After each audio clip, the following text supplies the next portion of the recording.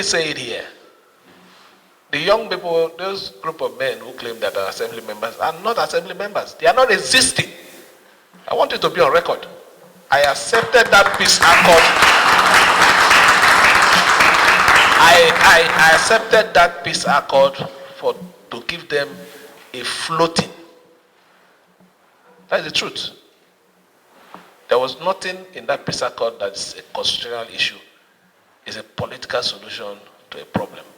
And I accepted it because these were people that were eating in my house. These were people that have helped pay their children's school fees when I wasn't even a governor. So what is the thing there? Yeah, we might have a division, but I believe that one day we could also come together. And that was the reason I did it. But I think it's according to a time when I need to make a statement on this thing, so that they understand that they're not existing. Their existence is me allowing them to exist. If I de-recognize them, they are nowhere. That's the truth. So, I want you to see the sacrifice I've made in the cause of allowing peace to be in our state. I can say here, with all amount of boldness, I've never called any policeman anywhere to go and harass anybody. I've never gone anywhere to do anything against anybody. But what happens to people that are supporting me? They are being harassed. They are being detained.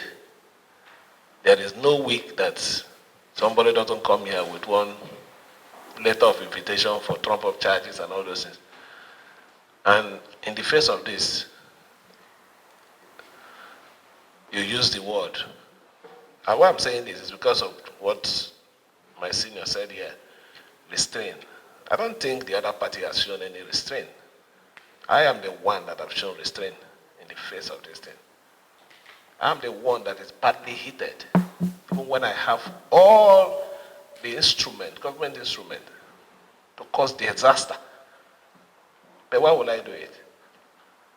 This is a relationship that you eat together, you drink together. Why would I forget those things?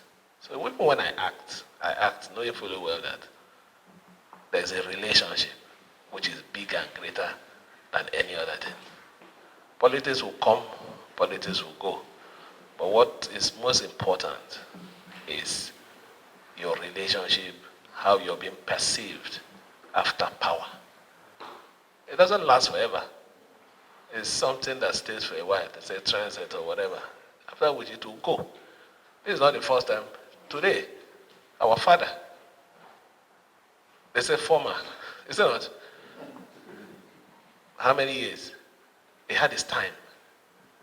Maybe at that time people will say, oh, it might be forever. So if you understand that, no matter how you look at it, whether one way or the other, it starts and it ends. It teaches you a lesson about life.